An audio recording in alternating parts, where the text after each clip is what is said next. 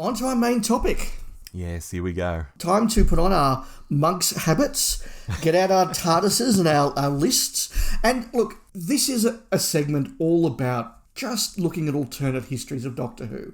I think that it's not been unusual for people like us and others to do lists of important moments that could have been different or what might have changed it. But we want to go a little bit further into this. We've got 11 moments and we're going to change something and just see how that would have played out. And I think, Rob, you and I both found as we did this that it was that how would this change actually play out over time that was more interesting than the change itself. I know that the ones I've picked are all things that I think are realistic, that could have happened or potentially were even mooted. And and so I don't think we're doing anything extraordinary, but it's just about what's the moment we're changing and then what happens from there. It's the what if the Nazis won the war of Doctor Who. Yeah, absolutely. I had so much fun with this, just thinking of the moments that could be changed that were semi-real. I mean, a couple of mine maybe are a bit, fantastical, but they could have happened. And if they did happen, what would happen? Yeah, and it's what would happen that is interesting. Yeah, I think all of mine were mooted as possible. Okay. So they are paths that we could have gone down. So without any further ado, Rob, I'm going to step off the path, tread on a butterfly, and watch the repercussions from there. And you're an alien, Dave. Yeah. I wonder what that is about. That's going to be curious. Yeah, we'll get there. We'll get there. So, look, I've got the first one, which is, what if Terry Nation had got his standalone Dalek show up, and as a result, Doctor Who lost the Daleks forever after season 4? Wow. Now, we know that this was possible because the production team actually planned for it, and that's the reason why Evil of the Daleks was done as the final end to the Daleks, and then we don't see them for a couple of years because Nation had said, you can't use them anymore, I'm shopping them around, I'm trying to get a shop in the UK and then a shop in the US. So, if Nation had got this Dalek standalone show up, I think a few things would be very different now. Potentially now, Evil of the Daleks isn't just seen as this lost classic, but would be seen as the actual legendary grand finale of the Daleks forever. And the Daleks would just be this thing that happened in the 1960s. We only have 3 of their stories actually available to watch, so 40% of the Daleks wouldn't even exist. And I think that the way we talk about them would absolutely change. They would be seen as just this 1960s sort of maybe even a little bit bizarre or odd thing that maybe would say, that could only have happened in the 60s. It would never have worked anywhere else. And they would be looked on very differently. Now, what does the production team do from then? Well, I'm going to speculate that the Cybermen would come back in the Pertwee era, because Barry Letts would be looking around, and where he said, I need a big launch to my season, I need some big linchpins to my season, I'll get the Daleks back, that always gets us publicity. You'd go, well, it's a shame I can't have the Daleks, but, well, the Cybermen are the next best thing. Let's commission some Cybermen stories. Sorry, Terence, I know you hate the Cybermen, but go make it work. And maybe Terence Dix would have a very different spin on the Cybermen, given he did notoriously not like them, but maybe the Pertwee era is known as the continuation of the Cybermen era. Are the Cybermen now seen as the villain of Doctor Who, and the Daleks are a bit of a sort of a secondary monster, maybe a bit like the Ice Warriors, perhaps? They're just this thing that was in a couple of eras and a couple of stories. The Cybermen probably get a bit of a redesign for the Pertwee years. They probably get another story in the Tom Baker years. What happens with Earthshock? I think Earthshock would probably still do a big redesign, but it wouldn't be the big, it's the first time you've seen the Cybermen in 10 years. It would just be another thing. So Earthshock's now a very different story as well. Going on from that, do the Daleks come back in New Who? I think maybe, but probably in something like Series 4. They wouldn't be the big, we're going to bring the Daleks back, that's the first one we'll bring back. It would have been, no, we're bringing the Cybermen back in Series 1, and we're going to bring the Sontarans back in Season 2, and the Ice Warriors, and, what else are we going to bring back? You don't remember the Daleks? They had a couple of cool stories in the Hartnell era. Let's bring those back. But the final thing is, it would have changed the entire British consciousness of Doctor Who, because Doctor Who, I think, in the British general public's mind, is inextricably linked with the Daleks. It's Doctor Who and the Daleks. And indeed, when they've done stuff like the big anniversary stamp, it wasn't the Doctor, it wasn't the TARDIS, it was a Dalek on the stamp. And that whole link would be different, particularly as they would still have been the Cushing movies. So it would have just been even more this kitsch 60s thing. And Nation's TV series, maybe a bit of a sort of a weird oddity, particularly if it was done in America. It would have been this sort of very Americanized, almost probably Star Trek meets the Daleks type thing. And probably there'd be a lot of Doctor Who fans that go, well, that was sort of, that was the final nail in the coffin for the Daleks. They didn't know what to do with them and they just made them generic monsters, yada, yada, yada. Life could be very different if the Daleks didn't come back after Evil, as was very, very possible. My take is they would have come back in the classic era. I think Nation's show wouldn't have lasted long. It would have been weird. I don't think it's a great concept for a show. Obviously, that's why it didn't get picked up, right? But I think Nation loved making money. And I think by the time of, say, the 20th anniversary, the Five Doctors might have been the Five Doctors fighting the Daleks who finally return. I don't think they would have waited for New Who, Dave. I think they would have come back by 83. Yeah, it's definitely possible. And look, I get that, the main timeline went in a particular course because it was the more obvious thing to do. That is certainly possible. I think that potentially Terry Nation maybe wasn't quite the name he was without the Daleks carrying him on in that sense. And maybe if it had flopped, that show may have hurt his reputation. Maybe he doesn't get Survivors up. Maybe Blake 7 doesn't happen if Terry Nation isn't Terry Nation and the Daleks. It's very weird when you start stepping on butterflies. But look, you're absolutely right. And the main timeline, I think, is the main timeline for a reason in this case. But it just was a nice little bit of 60s speculation for me. Yeah, and look, even if they did come back in 83 for the 20th, you still lose a decade of Pertwee versus the Daleks and Baker versus the Daleks and arguably the greatest or one of the greatest Dalek stories ever in Genesis. You lose all of that. So the Daleks would still lose something, in the public consciousness, easily. Yeah, and if J&T was bringing the Daleks back for the first time since season 4, would he have gone the full Earth shock and redesigned them? That's scary. Because you could see him doing that. Yeah, well, Nation would have to agree, though, surely. Ooh, now we're getting into very, very interesting territory. But of course, Davros wouldn't have been created. No. So Davros has gone from the timeline either way. Exactly right, yep. Well, there you go. Rob, you're continuing in the late 60s, I have, according to our list. Yes, Dave. I'm going to start here with something a bit, I don't think it's strange, but I'm going to start with the BBC's decision to junk or record over many of the first and second Doctor episodes rather than archive them. Ooh.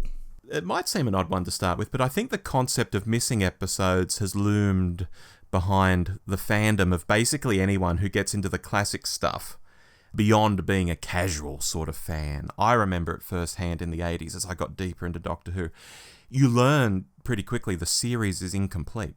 And you almost go through the stages of grief, denial that such a thing is possible, anger at the way the shows were treated, then bargaining, which I guess for this is asking what-if questions. What if copies still exist in the desert somewhere, in a desert outpost? What if they're behind a filing cabinet and someone's just forgotten them? Then, of course, depression that this is a thing and you'll likely never see all of the shows. And then finally, acceptance that if a new episode or story is found, great, but don't count on it. And the sliding door moment here, Dave, the butterfly effect moment, is that instantly this feeling of loss, these stages of grief would never have existed for any of us. We would have a show like so many 60s shows that are complete. You can watch the original Star Trek, it exists. You can watch The Prisoner, it exists. Doctor Who could be like that, but it isn't. And I wonder what a different experience that would be for people not listening to copies of the audios, as they were the only way to experience these things for decades, outside of the Target novels, I guess. The animations aren't a thing because they don't need to animate anything. It's a whole different ballgame on some levels, and it could have happened if the BBC had just had more care and more of an archival mindset with this stuff. So I wanted to start with that one. That's absolutely fascinating. It would have changed a lot of our fan experiences in a really big way. I think that had the episodes existed, we absolutely would have got repeats here in Australia of the Hartnell and the Troughton era, because they certainly repeated a couple of Troughton stories in the 80s, and then in the 90s they did some repeats, and in the 2000s they repeated all the complete 60s story. So the ABC had no problem repeating black and white Doctor Who if they had it. So And UK TV on Foxtel were showing black and white Doctor Who. They would have shown them all. they would have shown them all. So these things would have existed. I think the biggest thing that would have changed is the perception of the first Doctor. Because there are so many people who've written and spoken on podcasts. The guys over at Flight Through Entirety did this at length when they watched the Hartnell era, of people watching the Hartnell era and realising that the first Doctor isn't who they thought he was. That they've always thought he was this grumpy, curmudgeonly bloke because they've only really seen An Unearthly Child and the Daleks, because that's the way that he was written about for 20 years before anyone had seen the episodes. And they've missed that warmth to him, that cheekiness to him, as you put it, Rob, that Yoda type attitude that the first Doctor has. And I think that would have been very, very different. We would have talked about the Troughton era very differently. There wouldn't have been this eulogising and mythologising of the season 5 monster season that has slowly been rediscovered. We would have just been watching that, and it wouldn't have been a myth. It just would have been what it was. Well, there was a time where, you might know this stat, Dave, season 5, how much of it existed? Like only a few episodes. There wasn't much before they started finding stories. Yeah, there were no complete stories in season 5 before Tomb was found. Yeah. And now there's nearly 3. Yeah, that's it. It's quite extraordinary, isn't it? Yeah. And of course, how many lives have been dedicated to finding missing episodes? Yeah, none of that would have... I mean, those people might have gone looking for other shows that were missing, perhaps, but, in terms of Doctor Who, it just would have been a whole new experience. We would have seen the whole... We would have had that 30,000-foot view from the start of everything. Yeah, what a shame. What a shame. Wow, okay. I've got the next one, Rob. I'm jumping forward to season 15, and this dovetails in well with what you were talking about with the Graham Williams era. My season 15 what if is, what if the Invasion of Time hadn't been made? What if Graham Williams had just looked at the budget, looked at the production problems that they were having, and just gone, I can't make this last story. I'm just dropping this story. It's just not happening. That, I think, would have had a number of repercussions. First of all, the Invasion of Time would now be this legendary lost story that people always talked about. Oh, they were going to have this story where the Sontarans invaded Gallifrey, and it was going to be this big end of season epic. By now, there would absolutely be a Big Finish adaptation of it. Yes. And that would be very, very interesting. But I think you then look at the ramifications of that. And what Williams would have done is said, right, I'm now just dropping a story from the season's run, and therefore I'm putting a bit of that money back into some other stories. So suddenly some of these stories like Underworld and The Invisible Enemy would have had a little bit more money and a little bit more time. And maybe that improves them. Maybe it rises season 15 a little bit. Not that I don't like The Invasion of Time. I think it's a good story. But that season is very clearly the money is running out right across it. And maybe this would change that perception. Does Williams then go to the BBC, or does the BBC go to Williams and say, well, clearly you can't make this many stories a season, so from now on we're just going to do one story less. The Key to Time doesn't have the Armageddon factor. Ooh. Sharda is never even commissioned. And so The Horns of Nimon is not only the actual final story, but it probably has all the money that was saved from Sharda. And maybe that's looked at now as a very well-made, well-budgeted little epic mini-classic. That could have changed a whole bunch of things. But what it does also mean is that it starts even sooner, this slide in Doctor Who, where Doctor Who goes from being on more often during the year than it's not, and with just the drop of a story, it goes from being on half the year to less than half the year, and suddenly Doctor Who becomes a little bit less a part of the British consciousness. And another little thing that I did think of is, if you don't bring the Sontarans back for season 15, Robert Holmes probably doesn't get upset by their depiction and doesn't feel the need to bring them back for season 22. And so suddenly the Sontarans going from being this 4-story monster across a number of eras to, hey, though that thing they did for 1 year, they had 2 stories, both played by Kevin Lindsay, really cool, and that's the Sontarans done. Interesting. There's one element you haven't covered though, Dave. Yeah? How do we get rid of Leela? Where does she go? Well, I think she probably would have married someone in Underworld and gone off to repopulate the Minions or something, yeah. Yeah, wow, what a thought. Or does her contract mean that she has to be carried over and is written out in the Ribos operation? Oh, that could be interesting. In which case, Mary Tam's only in 4 stories now. Oh, that's terrible. She's so good. You see, all these little things that just disappear. Yeah, I like that one. I do. Rob, you've got the next one, and you told us on the running notes it is prior to season 21. Yes, Dave, because for this one, I'm going to get inside JNT's head at the precise moment he has the light bulb moment to make Colin Baker's costume truly tasteless. And I'm going to twist a synapse or block a neuron or whatever it takes for that idea to come and to go. Now, I'm not going to design an alternate costume in this commentary. I think there's 1,000 ways you could dress the Sixth Doctor, and many of them would look smashing. And I know Colin Baker is fond of saying contemporarily, oh, I would have worn all black, or, oh, I would have worn what Eccleston wore. But I think these are very much in hindsight type comments. I certainly don't recall him saying anything remotely like that back in the day.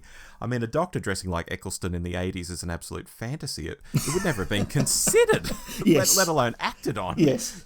And the sliding door moment here for me is that while some decisions with the Doctor were shocking, like having him toss Perry around like a rag doll and assault her, or having an attitude that was unlikable, even throwing in the I'm the Doctor whether you like it or not line, because they were very conscious they were doing this.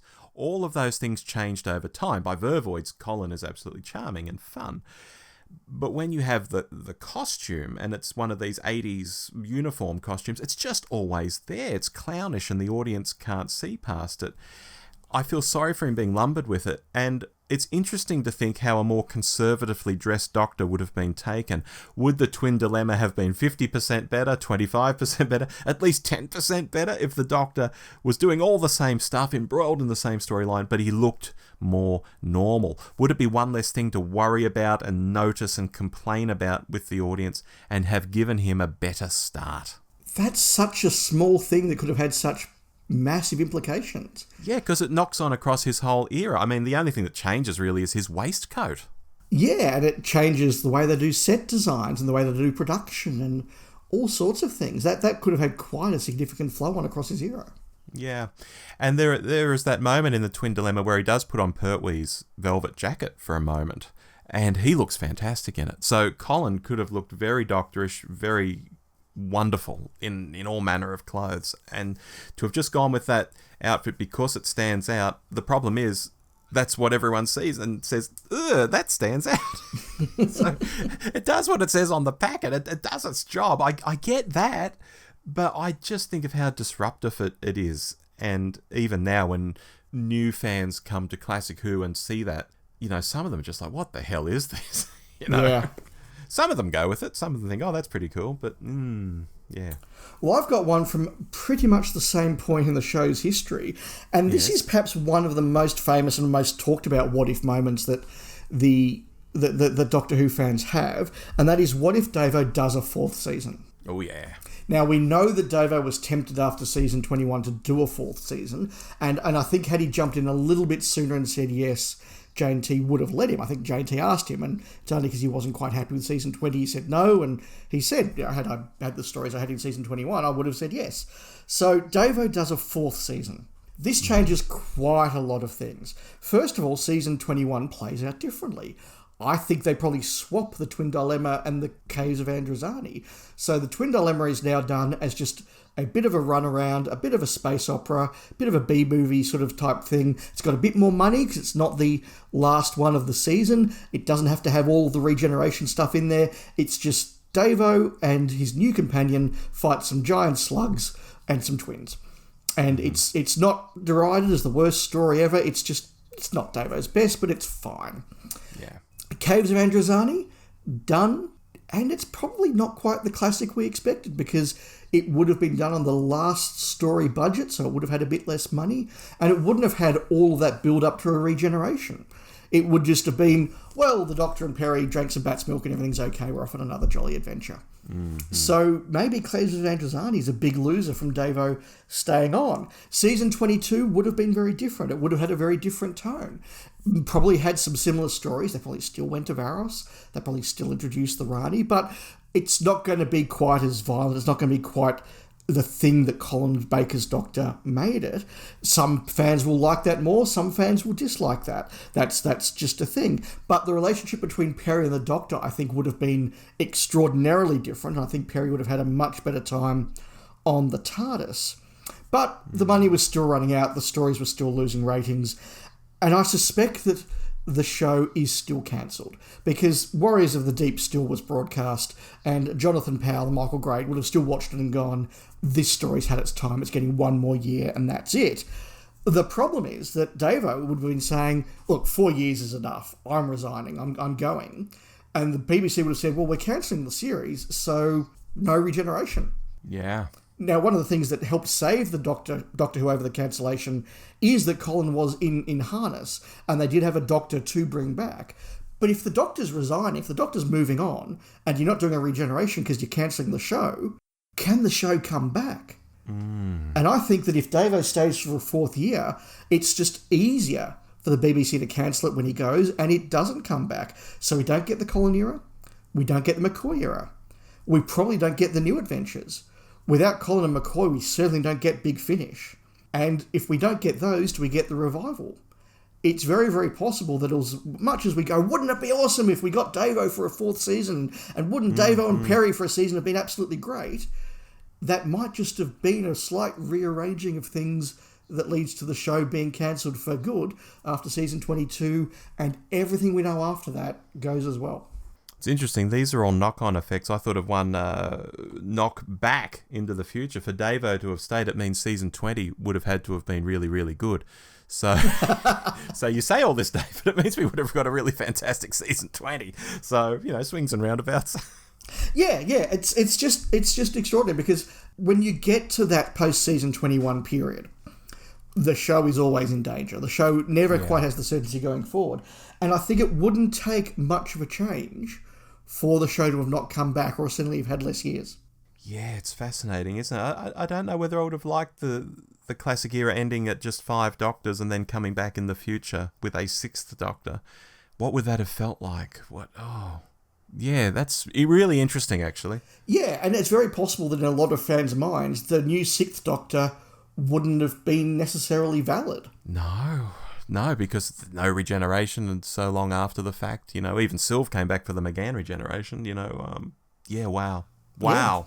Yeah, absolutely. Now, I've got the next one as well, and I'm jumping forward to 1995, and I'm asking the question, what if Virgin doesn't lose their licence?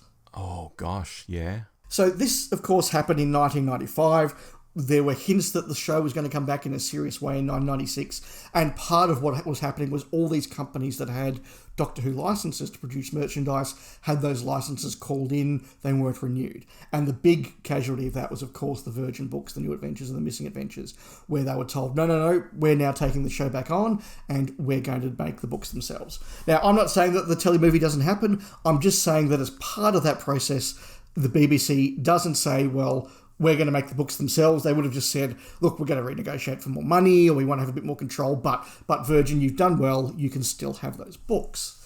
Now, I'll just jump in, Dave, because I know the Virgin book still continued on for a little while, even with Doctor Who stuff. I think The Dying Days comes out in early 97, but it was back here that the pin was being pulled on the licence, is it?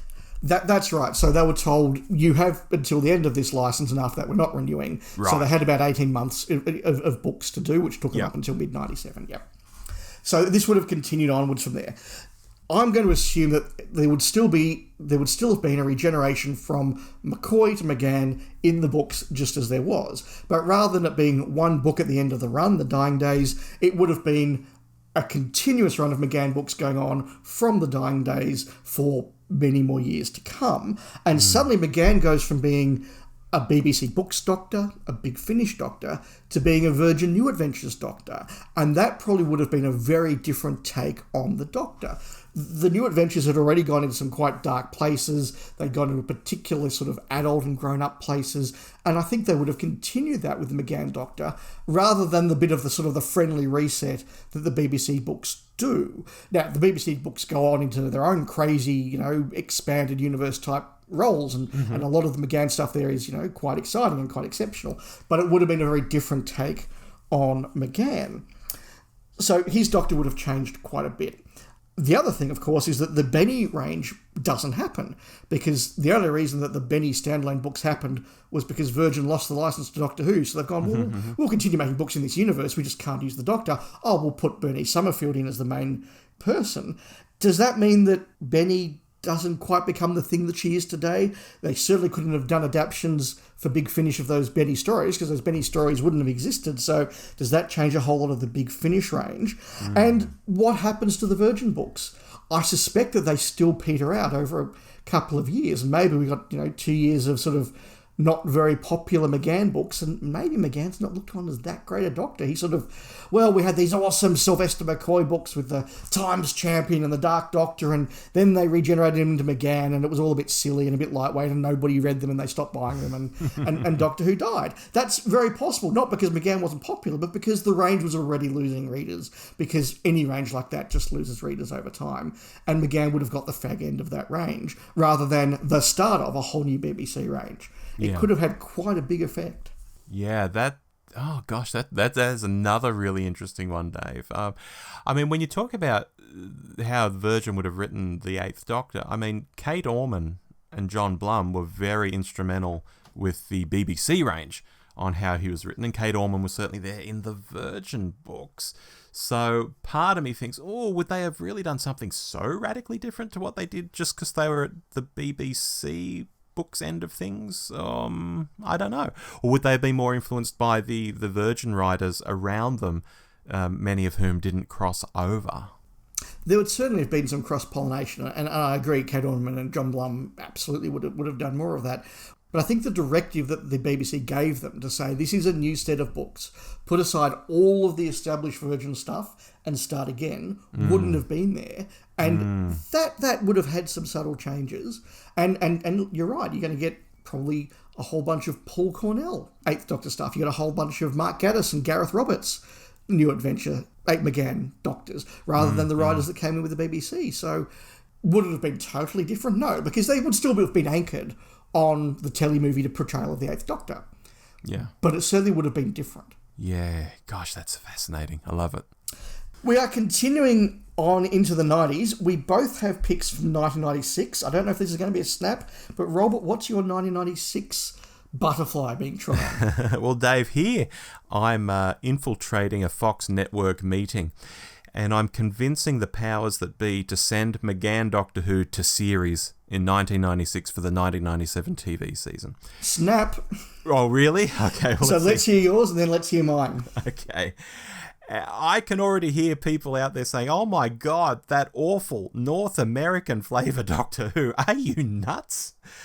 But as a fan of sci-fi and fantasy TV made in North America in the 90s, and I dare say you're the same here, Dave, from The X-Files, Star Trek The Next Generation, Buffy, Dark Skies, I know the era could make some good material, and I think the sliding doors moment here for me is even if they made just one series, that's potentially a load of episodes. But what if they made 2? What if they made 3? And remember, McGann was on a 5-year contract if this went to series. What if they made 5?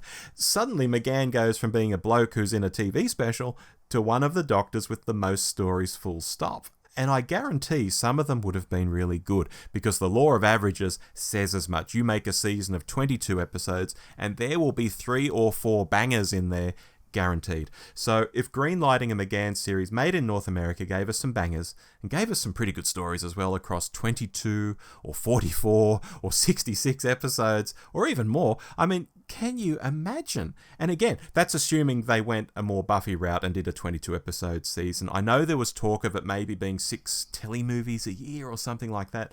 But even that's intriguing. Why would you not want that? You know, it does call into question how the series would come back on the BBC one day and be British again and all of that.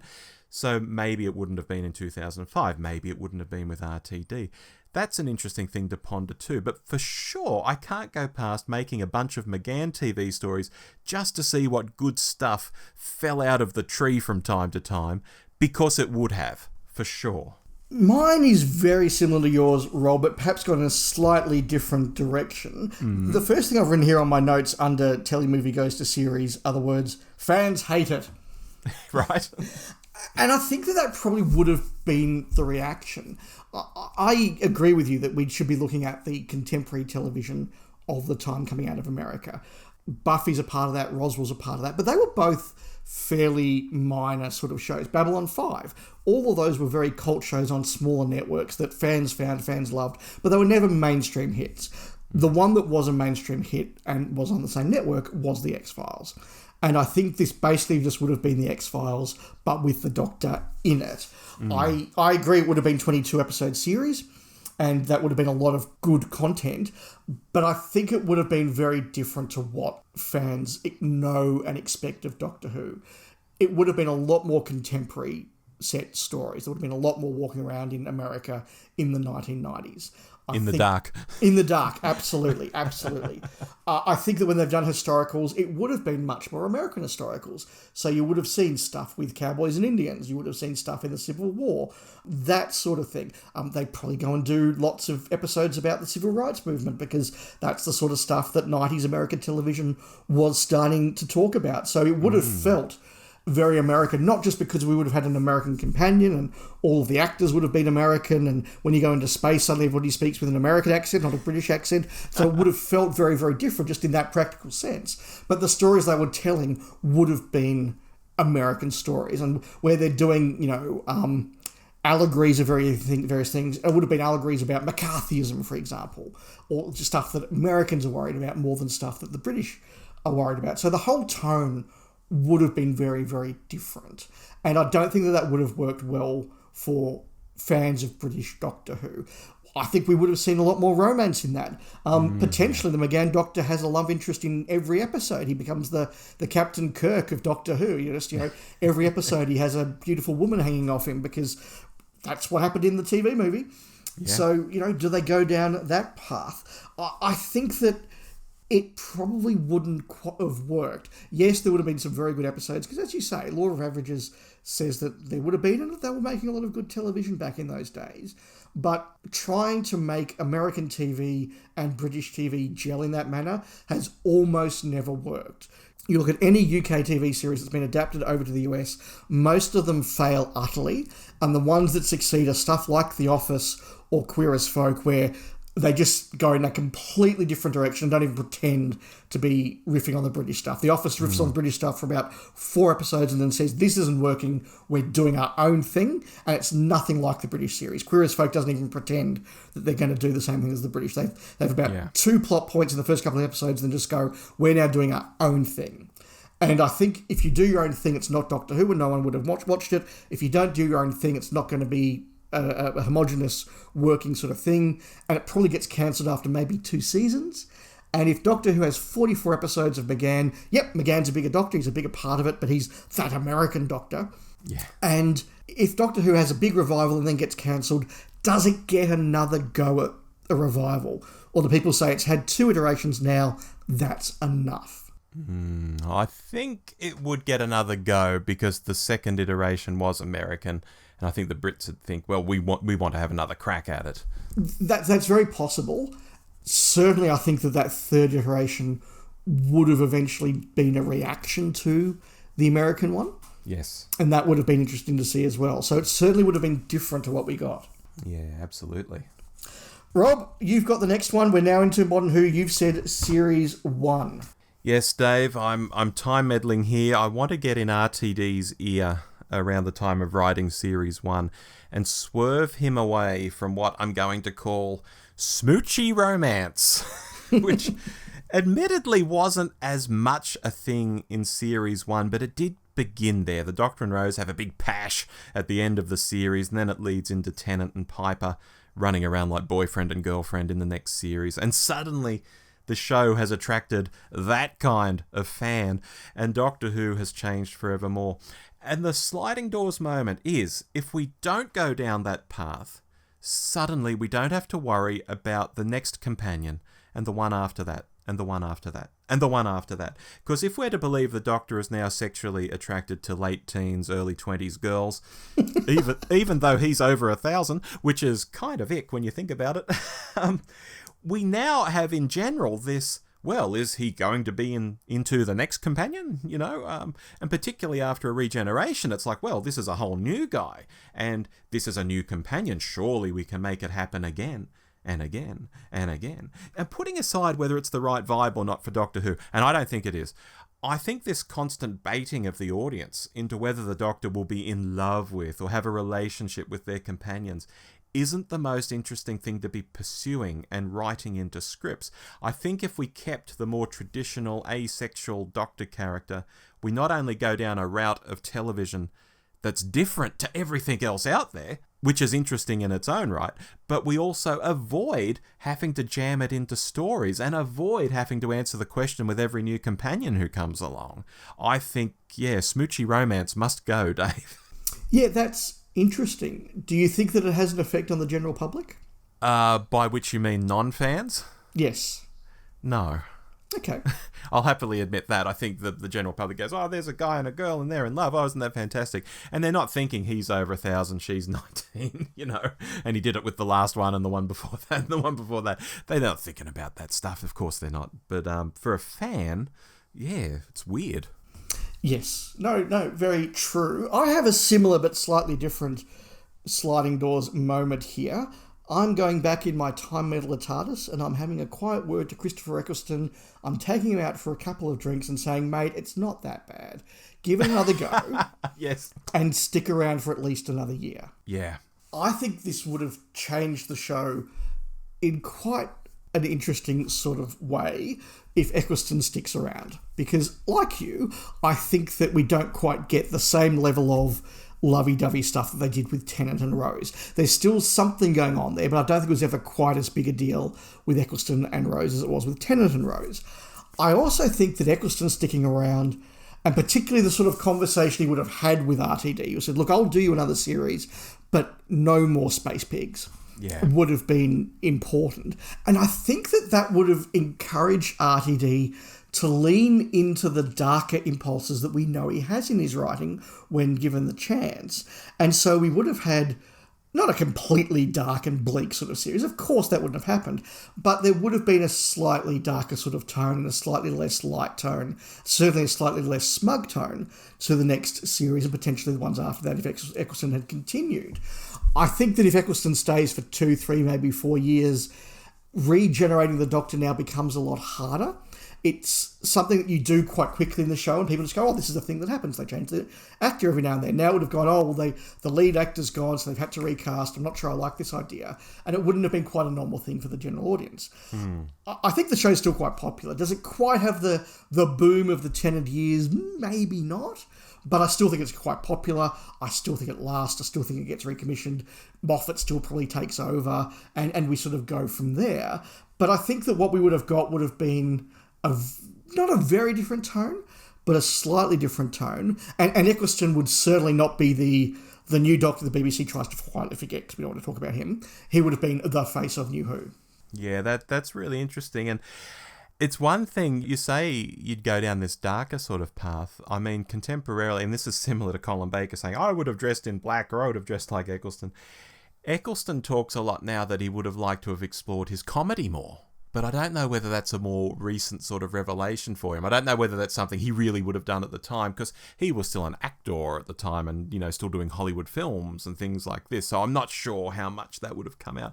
But I completely agree that, without Tennant coming in and Doctor Who suddenly skyrocketing, it would have stayed at this other, I don't want to say lower level, but it is a lower level.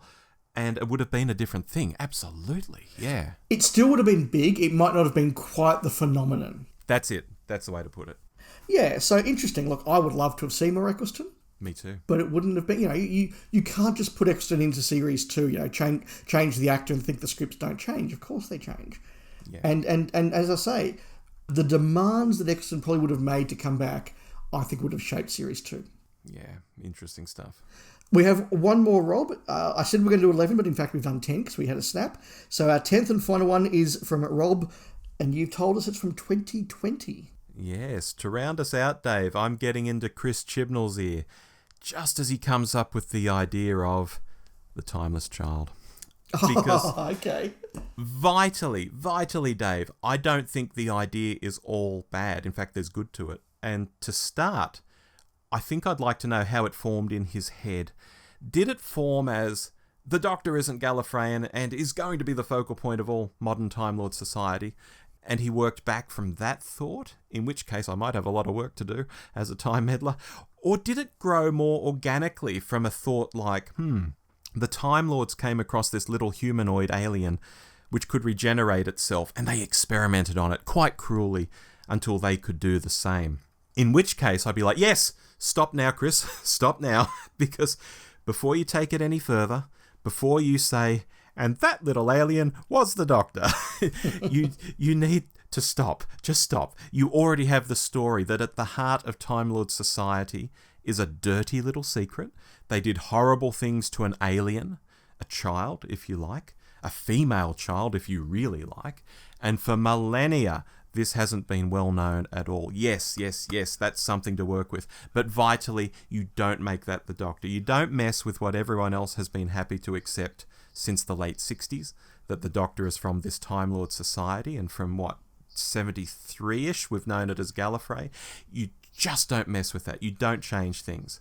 But in terms of adding things, adding some lore that doesn't change anything that came before, like where regeneration came from, that's brilliant. Does the Doctor meet this original alien? Is it more that the Doctor becomes repulsed at what her people did and what's in her body because of these awful experiments? It's a whole other reason for her to go on the run from the Time Lords and not want to help them. But instead, Chibnall just blows them up and makes the Doctor the Timeless Child. Like the most boring, cliched route you could take. Extraordinary. It's like he had this great idea, but he just didn't stop himself, Dave. I want to watch your episode, Rob. Really? I think that would actually be a really cool and quite dramatic episode, just to sort of discover that, and I could see Jodie Whittaker and Chashire Dewan delivering that really, really well. I like that you didn't go down the path of we'll just not make that episode. No. You've actually taken the idea and made it work, and I really like that. Yeah, it doesn't change anything. That's the vital thing, but it does add something new and dark and whoa. Wow, I like that. I like that a lot. Thank you very much. So, Rob, we've done a lot of time meddling now. We've changed 10 points in the show's history. The big takeaway that I got out of this, apart from it being quite a fun exercise that I've really enjoyed and I hope the listeners have enjoyed, is it just helped me appreciate that a little bit more, how often the show's producers and production team and the like have made very smart, very shrewd decisions that have kept the show going and kept the show on the rails.